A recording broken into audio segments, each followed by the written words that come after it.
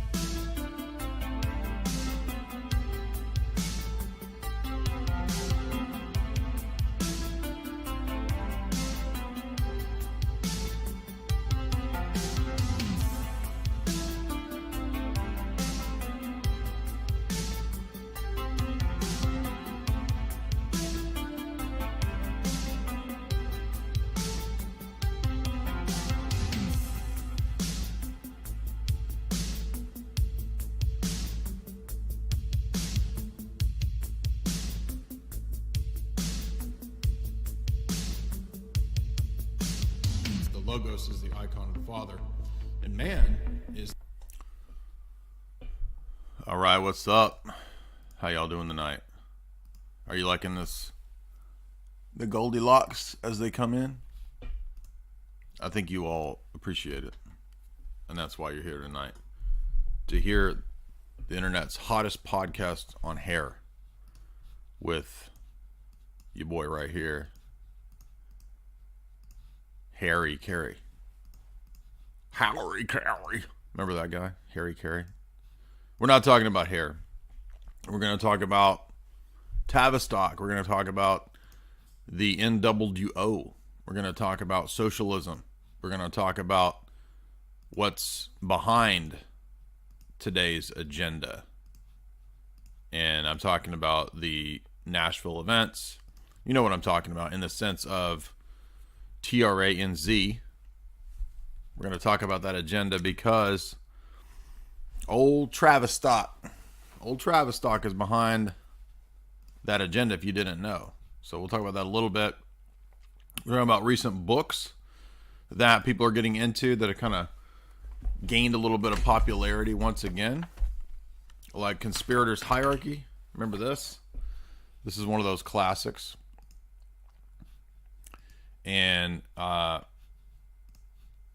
tonight's guest, Kellie, has read the book, and she did a 3-part series on Tavistock. Jamie also read it a couple months ago. Alex was talking about it. We're going to be doing a podcast with Courtney very soon on the Committee of 300. So as you guys know, and we are live, we're going to be talking about all of this ad nauseum. I'm going to drive you nuts with how much we're going to talk about John Coleman in the coming weeks. But it's a great book because everybody's kind of getting super red-pilled via this classic text. And one thing that's great about it is that this text is easily readable. Like, it's not, Tragedy and Hope is 1,300 pages. Nobody wants to do that. That's why you guys pay me to do your homework for you, right? The mafia has protection money, right? I'm your homework protection. You give me a little bit of money, maybe I'll do the homework for you, right? That's what you guys pay me for. Well, you don't have to read 1,300 pages because you can also read John Coleman's classic Conspirators Hierarchy, the Hierarchy of the 300. Now, tonight's guest with us is Kellie Johnson. How you doing, Kellie? Hi, thanks for having me. Are we doing glasses tonight? We are, because it looks official and authoritative. So you put your glasses on. I need to look smarter than I actually am, so let's do it. Well, if you wear glasses, people just assume that you know what you're talking about, right? Exactly. We're super academic, super nerdy. And tonight we're going to talk about this book. We're going to talk about her recent videos and hot takes that she has. Before we do that, let's talk about you first. I know that you are a model. I know that you are a artist, and I know that you are now a commenter, and you've been putting out videos in the last couple of years or so, right, where you're commenting on media figures, a lot of Tate content. We're going to talk about that later. What else do we need to know about you? So I've been putting content out for like maybe a year. So I was, just to give you guys some background as to where, like, how this all started for me, right? I was a total liberal, brainwashed, mainstream media, like, ate it up, and then 2020 happened, March 2020. I think we all know what happened.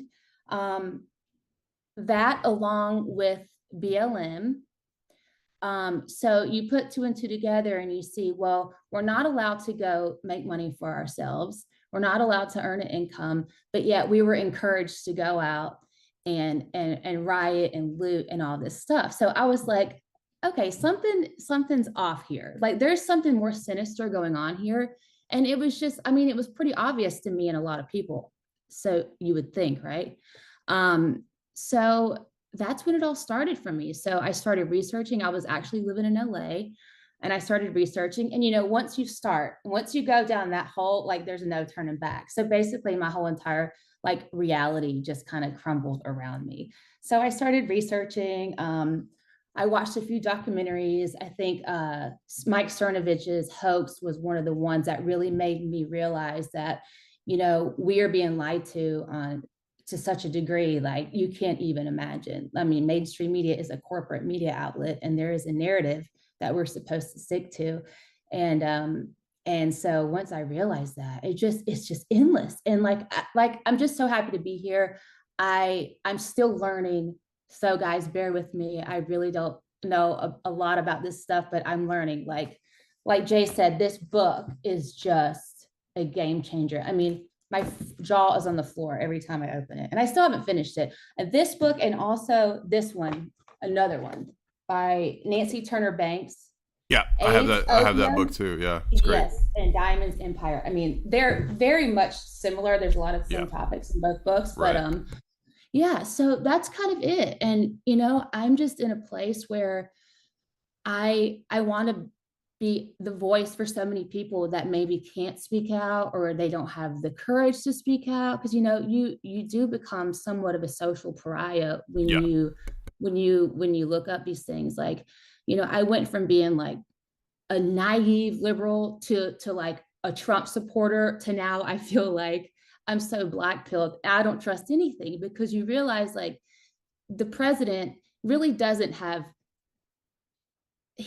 really have that much authority. Right. So I'm right in this limbo right now. Like, what do we do? Like, and also when you had this false idol, let's say Trump, people will think he's just going to save us. That's concerning too, because that's like, is he there for the right reasons? I mean, but I can't believe everything's a total psyop. But again, I'm just hesitant. I'm skeptic about a lot of things now. I'm knowing what I know.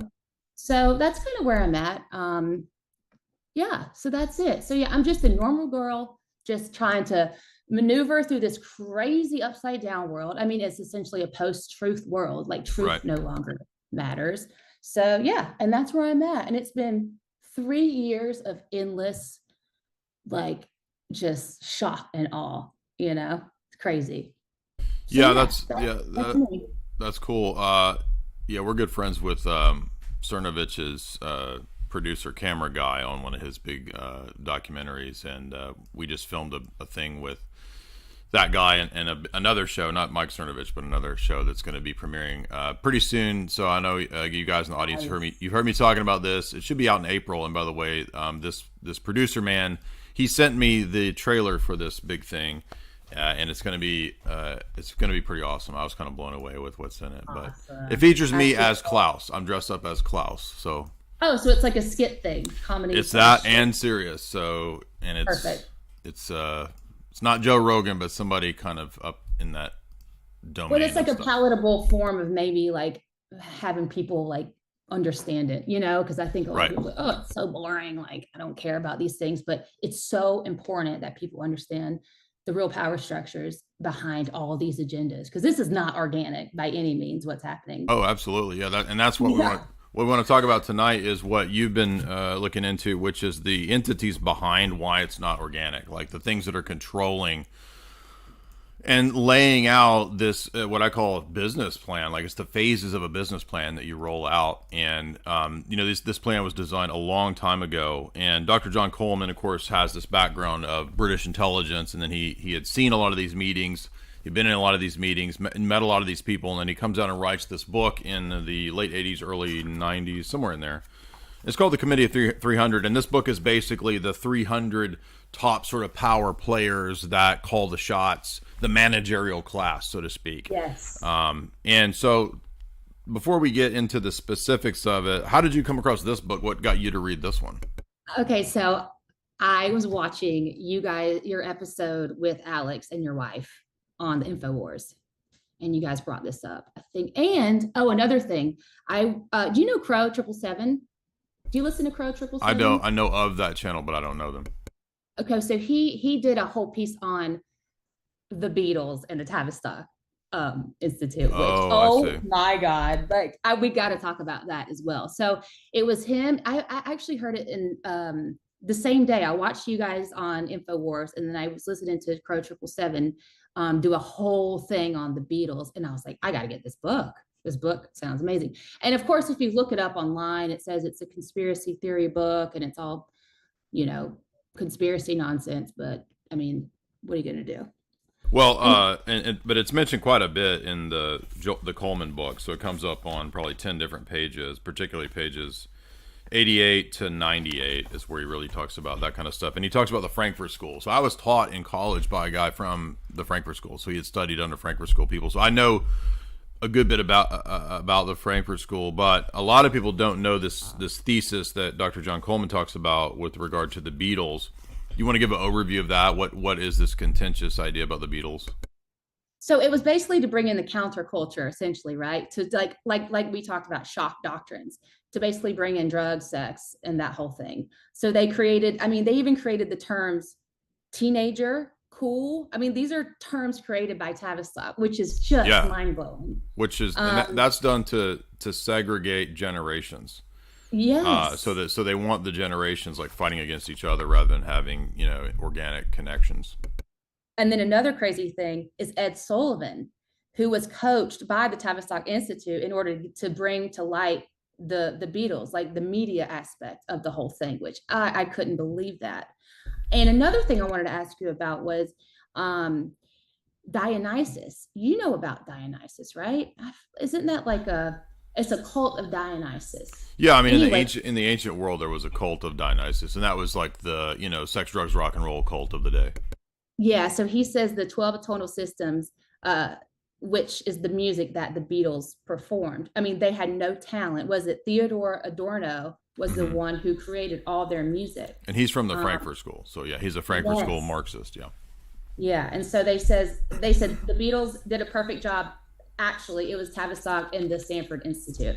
And the Stanford Institute is just as crazy as the Tavistock Institute. They kind of go hand in hand with everything they do. So it's just crazy. And then another thing, what was it called? The Changing Images of Man. Yes, this is the Stanford research document on by Harman about how to alter everybody's worldview. So basically, not just changing your view of the world, but changing man's view of man to fit into this overall coming, technocratic world order that Coleman's writing about. Yeah. Crazy. Yeah, and we do intend in the future, by the way, guys, to lecture through Changing Images of Man, because a lot of people have requested that. The only reason I haven't gotten to it is just because I really want a print copy, and you can never find it on Amazon. It's always out of print. But I want to talk about, so one of the things that drives culture driving or culture creation is what the book talks about, which is future shocks. And future shocks are shocks to the system that overwhelm people. And the guy who wrote on this was one of the global elites named Alvin Toffler. I don't have future shock, but I have Power Shift, which is one of his other books about where everything is going and how it's all planned. But I'll just read really quickly on this page 95 of Coleman, where he says that our society was thus to be driven mad through the psychological shocks and stresses. Driven mad is taken from the Tavistock training manual. From its modest beginnings in 1921, Tavistock was ready in 1966 to launch a total cultural revolution in America. It has not ended. In fact, the book, The Aquarian Conspiracy, is part of it. And for the guys, if you don't know, we've lectured through the entire Aquarian Conspiracy by Marilyn Ferguson. That's the text he's talking about. Thus, he says, our nation was softened up by this. The Science and Policy Research at Tavistock at the Sussex University wrote about these, quote, future shocks. And it was a title given to future-oriented psychology designated to manipulate entire population groups to induce future shock. In other words, the changing series of events come in so fast that the human brain cannot absorb the information, and thus there are limits to the amounts of changes that human beings can deal with. After all these continuous shocks, the large targeted population then gives over to apathy, making them more and more pliable. And if you guys remember the old school Hoaxbusters podcast we did like 7 or 8 years ago, we were talking about Toffler, we were talking about future shocks, and we talked about how it made people apathetic. As Coleman says, thus the group becomes easy to control, and they will, in a docile way, submit to orders from the perceived authority and from the system. Have we not seen that in the last 3 years? Seriously. And here's another interesting part. So Bernard Levin, who was he wrote Time, Perspective, and Morale, which is a Club of Rome publication concerning how to break down the morale of nations and individual leaders. So he said, this is from the document, one of the main techniques for breaking morale through a strategy of terror consists in exactly this tactic. Keep the person hazy as to where he stands and just what he may expect. In addition, if frequent vacillations between severe disciplinary measures and promise of good treatment together with the spreading of contradictory news make the structure of the situation unclear, then the individual may cease to know whether a particular plan would lead toward or away from his goal. Under these conditions, even those individuals who have definite goals and are ready to take risks are paralyzed by the severe inner conflict in regard on what to do. So it's all these social sciences and how to basically bring us down as a nation. And they're doing a great job. I mean, it's pretty incredible to see. This was 1991. This was written, I think. Yeah. And then to see it all pan out, especially for me in the past 3 years, which it's been going on forever, but someone who wasn't awake to these agendas, like I had no idea, but now you see it and you're like, wow. Yeah, well, I was thinking about remember the masks and all the stuff going on during the coup and how crazy everybody, and I was looking back at old pictures of like boomers there were these boomers that had taken maxi pads because they didn't have a mask, and they stuck maxi pads with a rubber band over their face. And then there was a guy that had a paper bag stuck over his head with eye holes poked out, and it's like, trust the science is literally superstition. So That's Tavistock social engineering, getting you to just default to whatever Fauci said, right? Put your mask on, take your mask off, put it back on. Crazy. Yeah, exactly. And that, I think that's one of the scariest parts for me, like, is how easily society just succumbs to this. Like, they don't question it. They don't think twice. They just do exactly what they're told. And this is exactly what this book talks about, engineering society to do just that. And that's why I'm so like passionate about it, because guys, we cannot let this happen. You know, I think we should make like the RIIA, the Milner Group, the Tavistock Institute, John Rawlings Reese, like these need to be household conversations. Like we need to stop talking about Trump and DeSantis, and like we actually need to talk about the real issues that we are facing and the real think tanks that are socially engineering our demise, essentially, you know? Absolutely. Yeah. I mean, people don't realize that like the presidents come and go, right? The politicians come and go, but this agenda doesn't stop. No. Right. And so you have like, what is her name?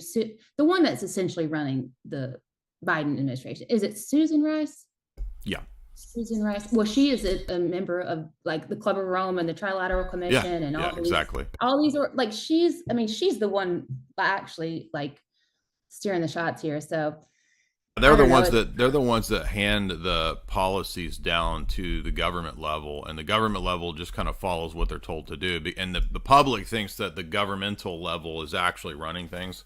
Yeah. But they're just doing what they're told by this higher group of people, and the politicians don't actually serve the people. In fact, we just lectured through an entire book covering the history of the CFR, the Johan Ratu book, and there's actually a chapter where he talks about how they hand down like the structure of how the CFR and the Trilaterals come up with a policy or a plan from Rockefeller Institute or whatever, and they just kind of trickles down the ladder. So it's completely top down. It's not like, it doesn't have anything to do with what the people choose by their politicians. Absolutely. Have you read this book? This is a classic for Tavistock. I need to get my hands on that one. Yeah. So is it on Amazon? Yeah, this is my publisher also publishes Daniel Estelin's books, which are really good. And his Tavistock book is good because he goes all the way back to the history of it. And in fact, he points out that Tavistock is really the origin, together with the Frankfurt School, of the notion of social justice warriors. Had you heard that? Oh, absolutely. I mean, what you just showed me today, like I did a video on the weaponization of social justice warriors. Like you sent me the video of the with the AR ready to kill people. Yeah, right. I mean, it's insane. Like, and I don't even know if, they don't realize that they've been socially engineered to do this. I mean, even Alex Jones talked about this in 2013, how they're going to weaponize the LGBT whatever thing. And here we are all these years later, and it's exactly what he said was going to happen. I have that video. My friend Justin sent it to me. It's crazy. Yeah, one of the things Toffler talks about is taking little bitty niche communities and radicalizing. Disenfranchise the ones that are all pissed off. Well, like so every little group, like an identity-based group, like TRA and Z or whatever, like they have their own little tiny niche, and then they have their own flag, so they feel like they're this little niche group. But Toffler says that all of society should be fragmented into these little niche groups, and then those niche groups can be controlled to become mind control revolutionaries, basically. So that's exactly what we saw in the last few days, was this example of a kind of a mind control revolutionary. It's precisely what the Tavistock documents are. And it's in the last 4 years, Tavistock was openly leading the charge for all of the TRA and Z stuff. I don't know if you saw that. No, I didn't see that. I got to get that book. And I also, which I haven't watched, but the Richard Day speech. Remember? Oh yeah, I just finished the Day stuff today. I finished the last. So I did the first 2 hours publicly, and then I finished the last 2 hours. And in fact, he talks about all the stuff we're talking about, that all the niche groups would be radicalized, that they would be used for this stuff. And that was that's late 60s. So 60s, late 60s. So this has been planned forever and ever, and it's just like, it's actually happening. And I'm just terrified that they actually win. But I don't know. I feel like a lot of people, are kind of I think they went a little too hard in 2020. And people are trying to I think they're getting hip to what's happening. But how do you stop it? I don't really know. That's the problem. So did you have to leave LA, or are you still in LA? Oh, I left LA because once you you start having these revelations, there's no one that's going to be able to talk to in LA. I mean, they called me like I was crazy, like, oh, you're a Trump supporter now. Like, there is no room for discourse there, period. I mean, LA is the epitome of groupthink, literally. It's like a big cult, right? Oh, it's crazy. They think they're so much smarter and better than everybody, but really they are the most brainwashed of what they got. Hollywood and the arts, and you just have to toe the line, or else you don't, obviously you're not able to be a part of that community. So I actually just left, and I now I'm in Florida. I don't blame you. Still, it is a very lonely existence because there's not a lot of people to talk to about it. So, the Tavistock, you made a 3-part series on your channel covering Tavistock. Tell us about that, what you learned, and I'll link for everybody those videos. What's the first thing that surprised you in those videos? Well, I think obviously I knew about Tavistock. I've always kind of dabbled in these things, but I never really did a deep dive, and especially I didn't know like to this extent with the Committee of 300. But what fascinated me was how they have infiltrated every institute in the United States. So they literally control every institution here. I mean, from universities to banks to manufacturing to, I mean, everything. So to the idea that we're free of the Brits is a joke. We never, I mean, they control everything here. And to learn that the CIA is an extension of the crown, and they don't answer to the Constitution. So I think that was the craziest part. I mean, I've always known about MK Ultra, which I think is very interesting, especially given what we just saw this weekend. And I don't think a lot of people know that. I'm just going to read this real quick. That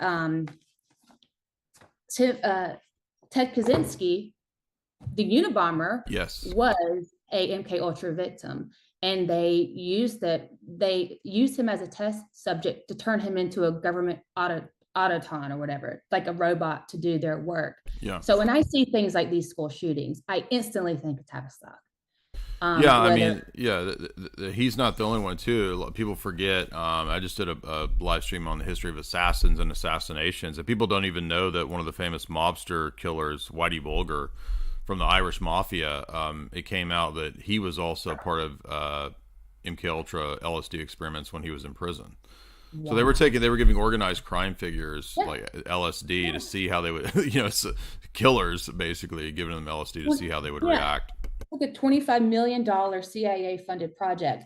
They did it against these people, these kids, these students. Their teachers essentially did this to them. The students didn't know. Some of them died. Some of them obviously now are mentally ill, and no one paid for it. No, they all got away with it, and to think that kind of stuff doesn't continue to happen now is just ridiculous, because it's just more covert, I would think, now with technology, with music. I mean, you see the degeneracy they promote every day. The social media, like it's like a mind warfare, Yeah, I mean, in Daniel Eslin's Tavistock book, he talks about intentional promotion of feminism, intentional promotion of anything that undermines society and inverts morality, anything that basically undoes the family. He says all of those things are intentionally promoted. The inversion is intentionally promoted, as well as the promotion of veganism, groupthink, and thus anything that can bring social destruction. Austerity. Absolutely. I mean, all of these things are used, and the coalescence of this comes from what you're talking about with MK Ultra, because MK Ultra wasn't just about programming individuals. There's an element of that, but what they wanted to do was to be able to control mass consciousness and mass movements. So if you study how to control the individual, you can expand that to controlling large groups, and that's exactly what they did. So did you know who was the first to study groupthink? It was Tavistock. Tavistock funded studies on how to get to zero population growth, ZPG. I mean, Tavistock is literally involved in everything that you could think of, including Everything. Yeah. It's insane. It's insane. Like, I mean, at the end of this book, which you guys, if you got to get this book, it's insane. It lists every single company, every single institution. I mean, even the ADL, like they control the ADL. I mean, it's crazy. And then you have the most interesting part is the very back of the book with the graph, and it shows how the power structures work, you know, this part. Oh yeah, where you've got all the committee and all that, and all the people. Yeah, and you see at the very, very, very, very bottom is the U.S. government. Well, one thing that's interesting too that is touched on in the Esalen book is that a lot of radical groups, people don't realize that radical groups are funded by very wealthy individuals. For example, there was the case of Marcus Raskin, who was an individual involved in the Institute for Pacific Studies, I think. So that's one of these big Rockefeller institutes. Yep. And he's linked to the Rockefeller's political machine, and thus coming out of Chicago Law School, he then gets involved in radical anarchist groups. So he's basically this Rockefeller individual is then involving himself in not just radical anarcho groups, but also the Weathermen, which is the famous Weathermen bombing of the leftist terrorist groups.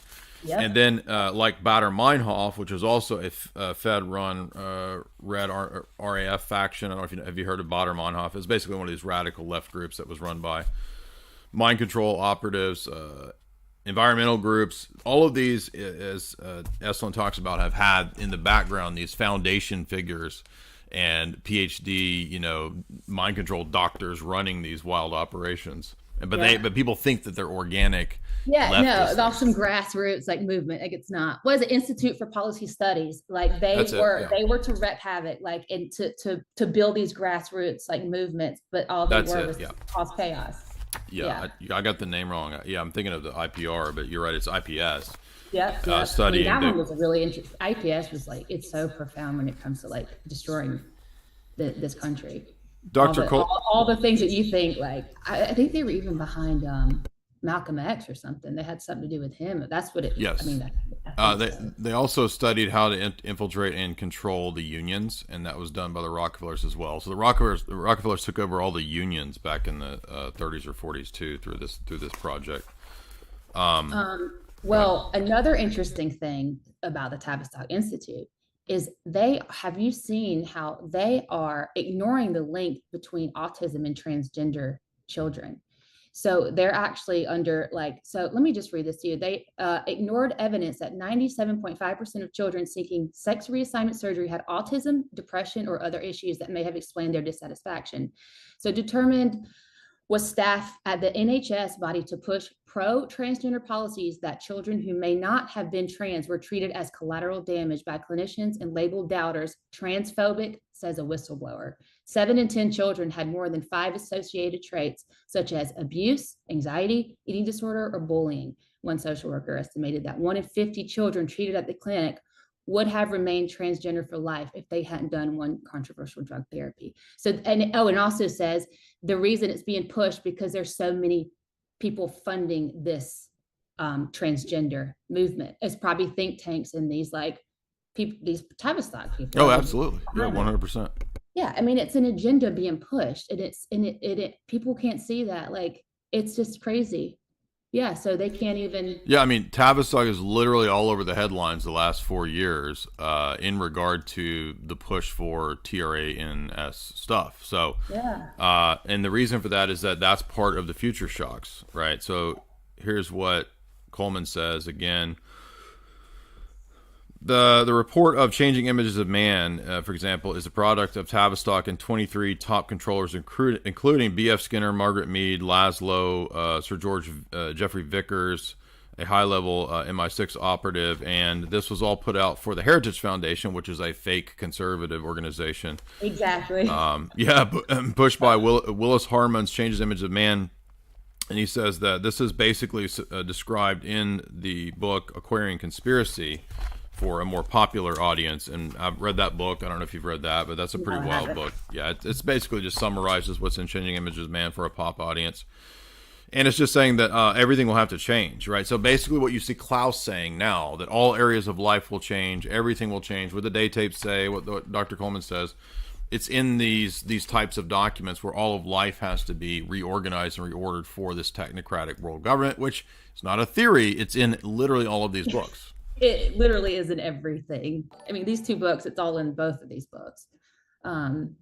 It's crazy. Yeah. So you said that, so you were in LA and you watched, now was it COVID, the COOF, or was it the documentary, or did you start seeing people just acting really crazy? What was the real first catalyst?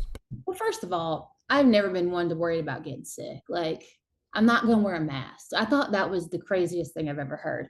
And so it was people around like, put your mask on, like yelling at me. And I was like, this is getting weird. Like, you guys are acting crazy. If I get sick, I get sick, like, you know.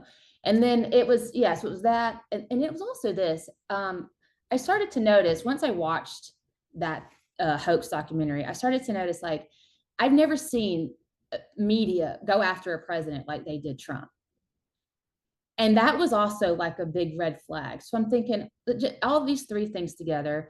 And then I had a friend of mine, she's an artist, and she was like, why do you hate Trump? I hated Trump, right? Hated him. Well, only because I was told to hate him. I didn't really have a reason. Obviously, he's obnoxious. I get it. He's like out of control, but I didn't really have any like solid points. What about the little square he can do with his lips? We just like this, just a square. But now I find him hilarious. I think he's funny. Really? Unbelievable. Yeah. But it's wild. Like, he actually kept us out of war. He was doing peace deals. And now we're literally in World War III. The economy's shit. And people still blame. I mean, now it's just all his fault. So it was basically, I had to leave because I felt very alone, and I felt like not in a safe space. You know what I mean? So I left, and that was that. And then it just kind of continued from there.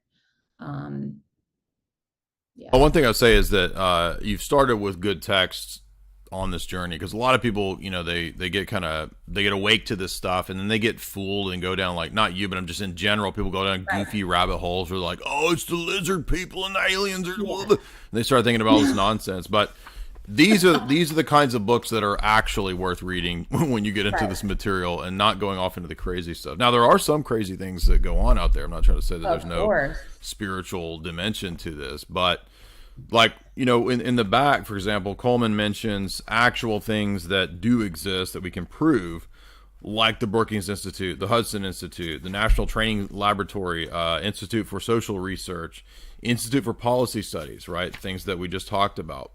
Yeah. I mean, he gets into Stanford Research, he gets into MIT, Rand Corporation. We've done countless podcasts on the Rand Corporation, including lecturing through the entire history of the official history of the Rand Corporation from Alex Abaya.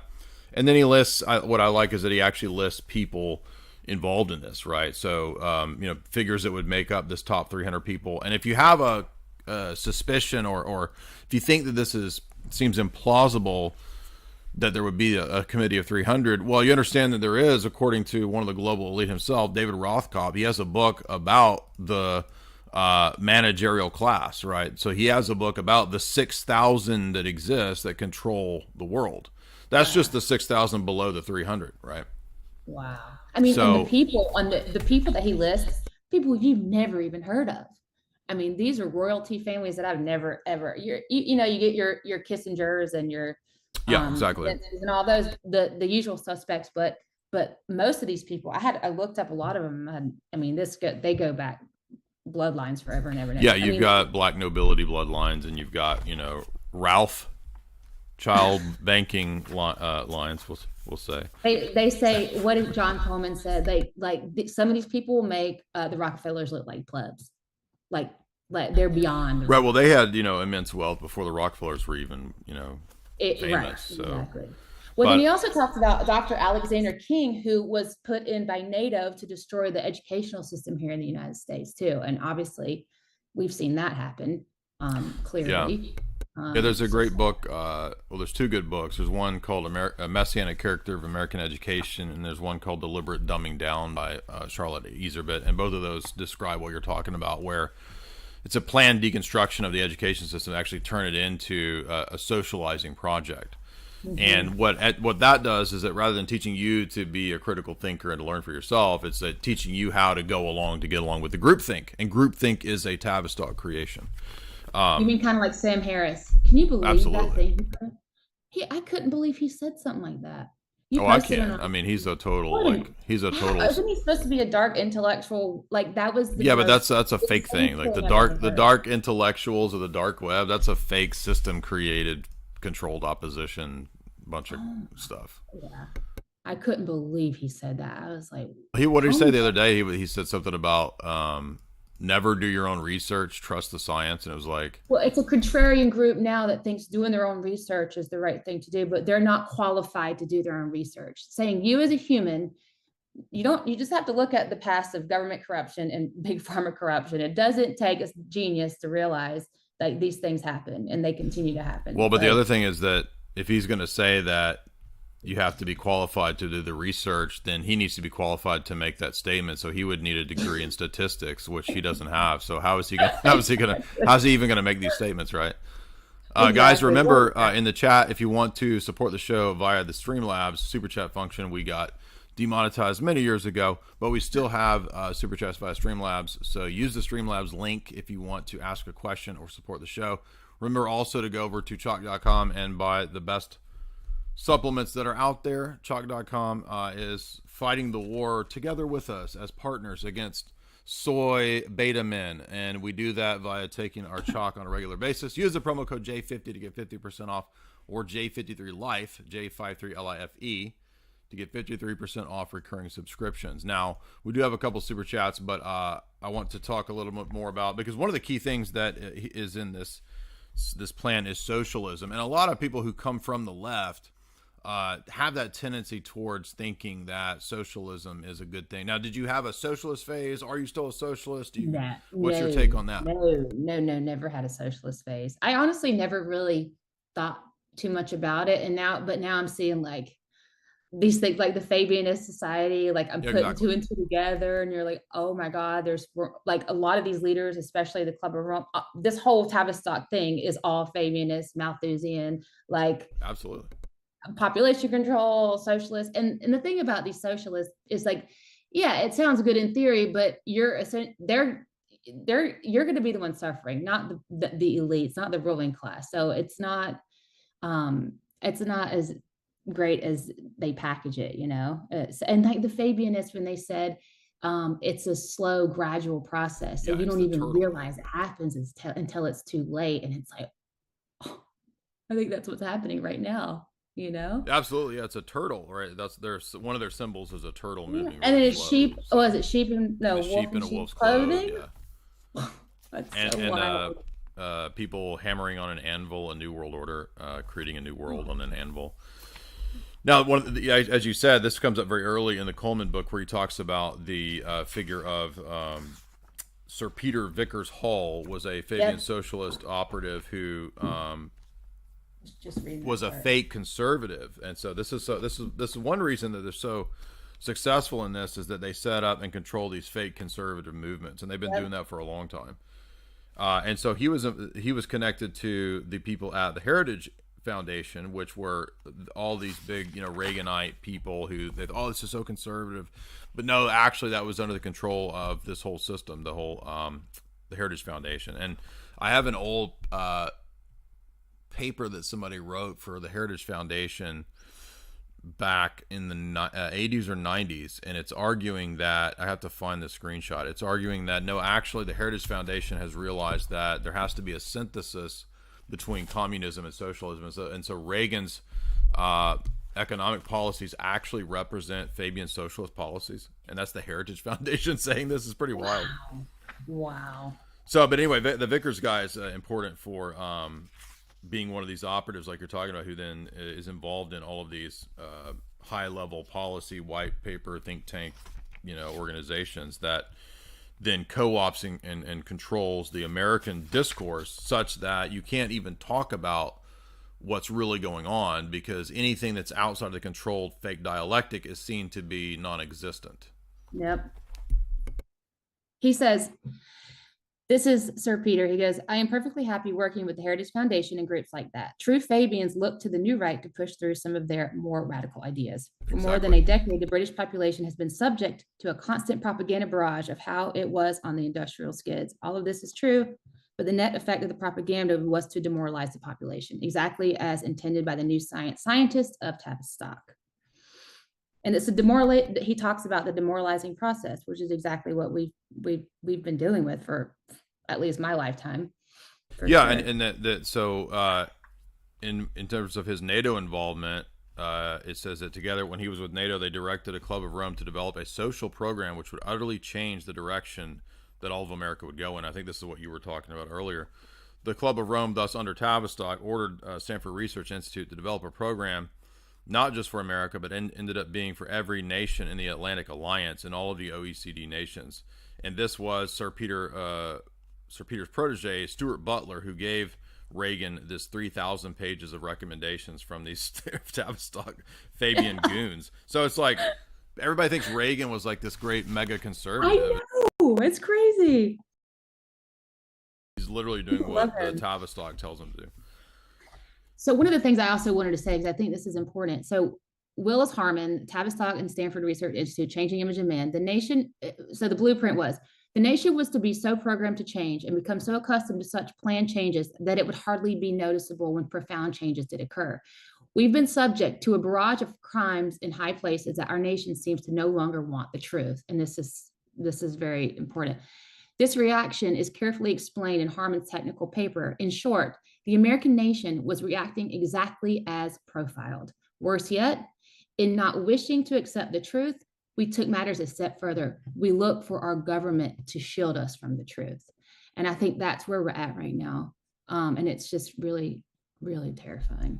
Yeah, the government has to play the role of God, right? It has to play the daddy figure that tells you, what's true, what's false, what's good, what's bad. And it's amazing too, because there's actually documents where they talk about using intentional contradictions. So a lot of people think that like, Fauci was just kind of doing, whatever, like he was just changing his mind and he didn't know how to run things. No, actually that's a technique of psychological warfare to intentionally get you to do contradictory things. Because if you will believe that on one day the mask protects you and then like the next day it doesn't, and then you need to put it back on because the next day that's magical thinking. It really is. And it wears you down because you are submitting to your perceived authority who's intentionally contradicting to drive you nuts, but then to get you to believe contradictions. If you believe contradictions, then you'll believe that men are women, etc. On and on and on. You'll believe anything. Yep, it's crazy. We've been subjected and have succumbed to what Tavistock called, like we said, future shocks. We are so numb by one cultural shock after another. To protest seems like a futile gesture. And this is what's interesting, because we're at this stage, it's like, well, what do we do? What do you do? And to me, it seems like every protest is organized by some agent provocateur, to either control the narrative or to isolate dissident. So either way, you're kind of screwed, because I feel like a lot of these things, January 6th was a perfect example. Now there's people rotting away in prison that were literally escorted into the Capitol, so you do feel like, what do we do, and that's where I'm just kind of at this like impasse, like what do you think about this? Well, I think, the best that you could do is the types of things that we're doing, right? Obviously, we're not going to be able to completely vote in some new crop of people that are going to save us. Right. Maybe you can do good on a local level in politics, but I don't really care about, national politics. To me, it's completely boring, and it's like WWF wrestling or something.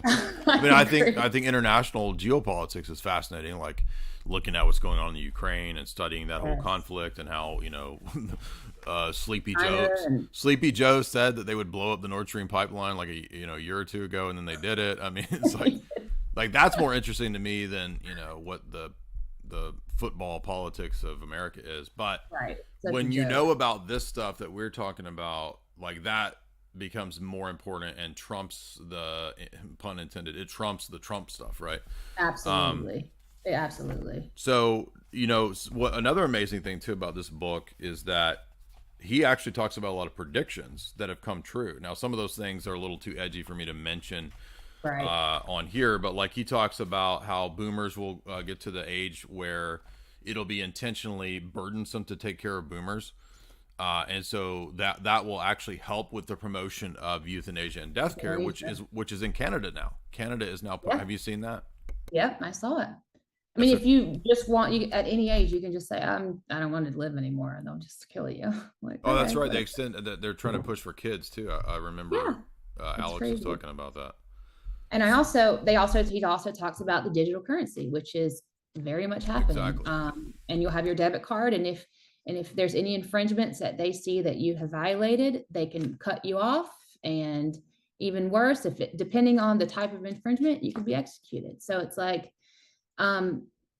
this is their plan. I mean, and he's not the only one that talks about these things, it's crazy. No, I mean, I do a whole lecture series through the writings of the elite from themselves. I mean, even if we class this as a conspiracy text, it wouldn't really matter, because he actually cites all the people involved in all this, like H.G. Wells, Bertrand Russell, Zbigniew Brzezinski. I mean, I've got all these books here. We lecture through them.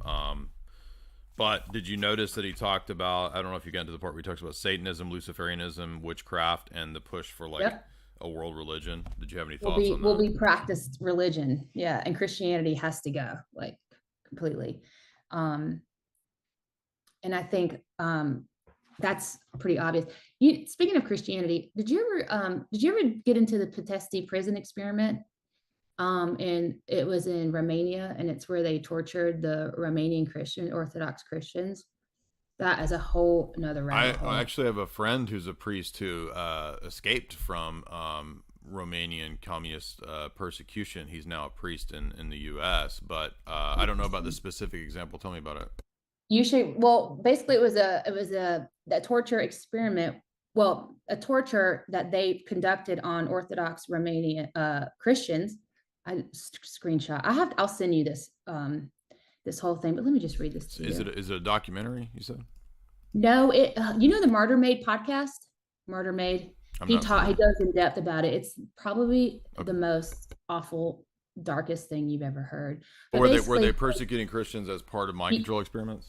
Yes. Okay. And they kept their torture with them the entire time, and it was to break their spirit and to re-educate them into their type of thinking. But I see like most of these things that we talk about, it seems very anti-Christian. Oh yeah. And I'm not a big religious person. Like I'm starting to be, because I see that evil is so prevalent now. Right. But I was raised Methodist. I don't even really know what that means. So I'm not one to sit here and talk about religion, because I'm not educated enough to talk about it. But from what I see, they want to break our spirit. Yeah. They want to give us fake everything, fake food, and any religion has got to go.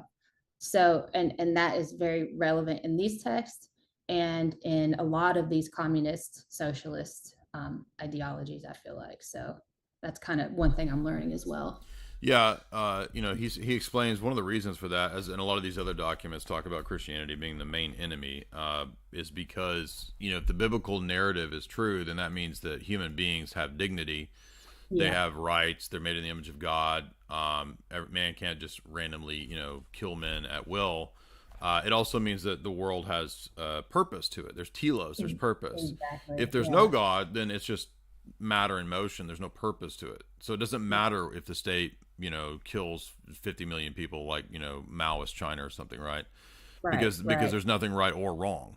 There just is what is. But if God exists, then there is a basis for right and wrong, and there's limitations to these kinds of authorities, right? You can't have a Hobbesian Leviathan state if God exists, because God has also established other institutions, not just the state, but the family, the church, other things that limit the power of the state. So Christianity has to go, according to these people. And I don't know if you've read, or if you recall reading Brave New World, if you read it in high school, but I haven't. But Aldous Huxley was a Committee of 300 member. Exactly. Yeah, I mean, that's what I've been pointing out. We've been going through this with together with quite frankly TV on his channel. We've been we're on, I think, episodes 5 or 6 now, going through the entire book again, and everything that is described in Coleman's book and described in the Tavistock texts is in this, right? Because his fiction story is the whole history of all of this. Wow. And he talks about essentially, babies in test tubes and all this kind of Yeah. stuff. So And they're already doing that now. yeah, I mean, there's so many articles about them. I mean, and just the like basically wiping women away as like a whole, it's pretty crazy. All these feminists don't even seem to care about that. yeah, I'm curious about that. So I mean, do you see feminism as? Did you have a phase where you were into it? You thought it was empowering women, or did you come out of that? I mean, I think it's a totally controlled thing. In fact, the Rockefellers have a whole chapter in their authorized biography talking about how they funded it to break up the family and to, Yep. basically destroy. Bring another tax base too to get more taxes. Exactly. Right?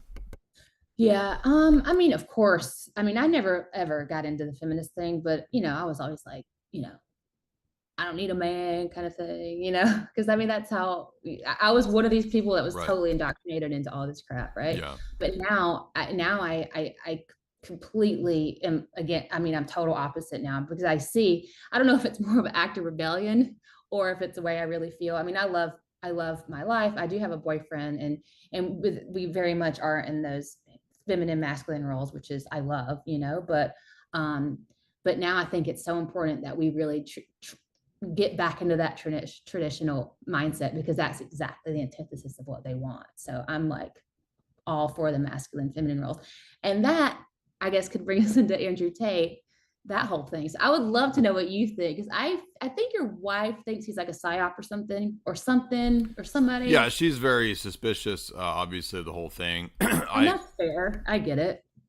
Yeah, I had a good conversation 2 years ago with Tristan Tate. We did that's right. We did a whole podcast. That was a lot of fun. And he was talking about his interest in orthodoxy.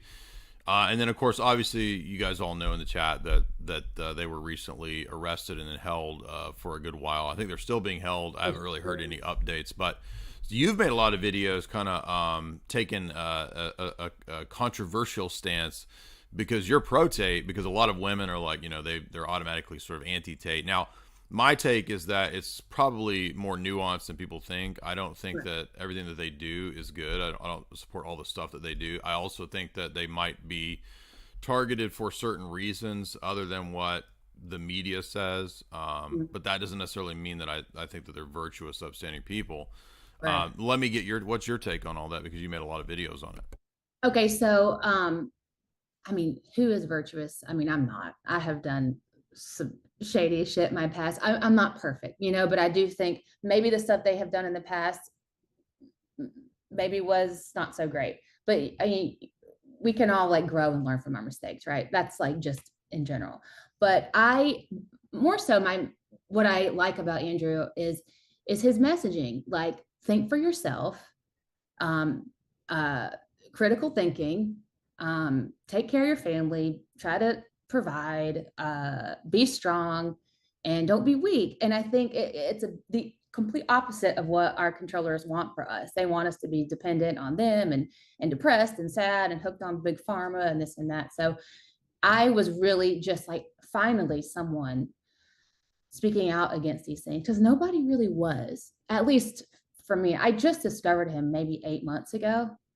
I mean, and he's been on the scene forever. Like, yeah, I remember seeing. I mean, I saw his stuff many years ago, and I never really watched a whole lot of it. But then, when Tristan reached out, we had a conversation about orthodoxy. I enjoyed that. But one concern I have would be one thing that sort of made me initially start to have some doubts was the turn towards Islam.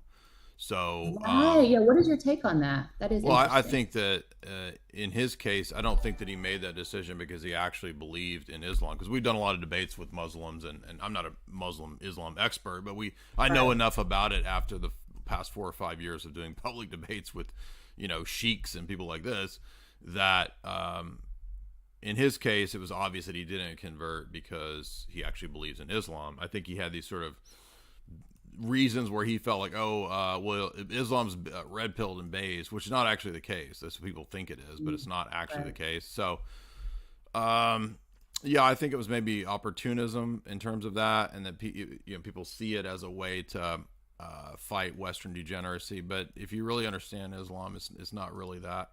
So I don't think I think that was a silly move, but Have you looked into Islam very much? It's kind of a ridiculous religion, in my opinion. So I actually haven't. I know nothing about it, but I see from what I get from their side, because I have a lot of people now that follow me because of Andrew Tate. Yeah, they're sure. Islam Muslim. Is like the West is so degenerate. Right. People are going to the complete opposite extreme. Yeah, they think that that's going to be the answer to it. Right. Right. And I think that's the only thing I can really take from it, but I know nothing about it. Well, the weird part is that a lot of Islamic Muslim groups and entities, foundations, etc., they're now becoming more and more open to Skittles, Rainbow, and the allowance of all that as well. Now, maybe not in Saudi Arabia, but like, you know, in terms of the U.S., many Muslims are warming up to that. So, I mean, the same power structure that runs what we've been talking about with Tavistock, they run and control much of the Islamic world as well. Exactly. In the very top bracket of the Community of 300, it's United Nations, King of Saudi, Sheikhs, Dubai, Kuwait, and the UAE. So, and it all trickles down from there. So it's, who knows? I don't know. Well, if we think about Islam, remember that the freedom fighters during the 1980s were the people that were prior to that period, where they were fighting for the West. Mujahideen, they fought under Brzezinski. He's the one that cooked up this plan to use the Mujahideen against the Soviets. That's where Al-Qaeda, that's where ISIS comes from Brzezinski's co-opting and using them against the Soviets. This is Operation Cyclone. Everybody should look up that.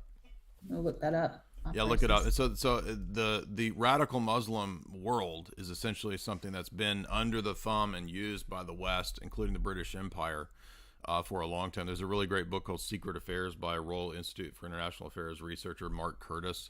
That's a whole history of 100-year plus of Britain using radical Islam. Islam is a tool, is what I'm trying to say. It's not the answer or the solution to Western degeneracy. It's one of the tools that they use to destroy what's left of Christianity and civilization in the West. And again, this is in all of these figures. Like you can read Kissinger, Brzezinski, all these people talk about it. All right. Anything else on the Tate thing? Because no, I think that's it. I think it's just important, like that we actually do like use our critical thinking skills and stop letting these people control our mind. Sure. And that's do you think that they're going to be in trouble, or you think they're going to get cleared, or what's your take on where the trial will go?